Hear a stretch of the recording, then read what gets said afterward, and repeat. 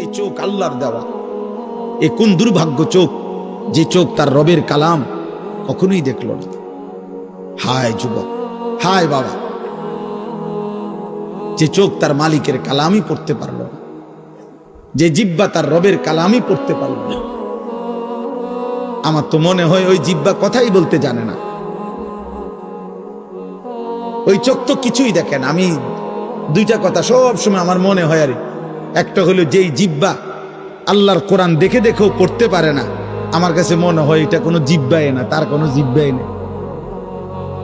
আর আর আমার আরেকটা বিষয় হলো, আমার সবসময় মনে হয় যেই চোখ কাবার কালো গিলাফ দেখে নাই, মদিনার সবুজ গম্বুজ দেখে নাই, আমার মনে হয় ওই চোখ কিছুই দেখে না। ওই দেখলো কি আর জীবন?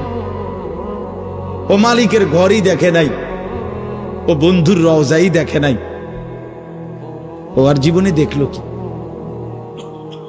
ওই চোখ দেখলো কি? আল্লাহ আমাদেরকে হেফাজত করেন, আল্লাহ আমাদেরকে তৌফিক দেন, মালিকের ঘর দেখার সুযোগ দেন। যে চোখ আল্লাহর ঘর দেখবে সে চোখ গুনাহ করবে কেন?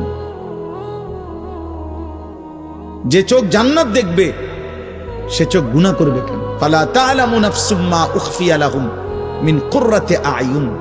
আল্লাহ বলে, বান্দা অপেক্ষা করো, জান্নাতে আমি তোমার জন্য এমন নিয়ামত রেখেছি যা তখন তোমার সামনে খোলা হবে, তোমার চোখের প্রথম দৃষ্টিতে তোমার চোখ ঠান্ডা হয়ে যাবে, চক্ষু শীতল। এই পৃথিবীতে তাফসিরে আছে, দুনিয়াতে মানুষের চক্ষু শীতল হয় না।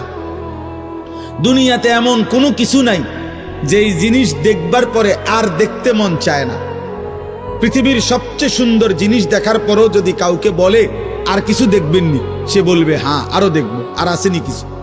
এজন্য তাফসিরে আছে যে দুনিয়াতে চক্ষু শীতল হয় না, চোখ ঠান্ডা হয় না, মানে আর দেখবো না এটা মনে চাইছে না, এরম হয় না দুনিয়াতে।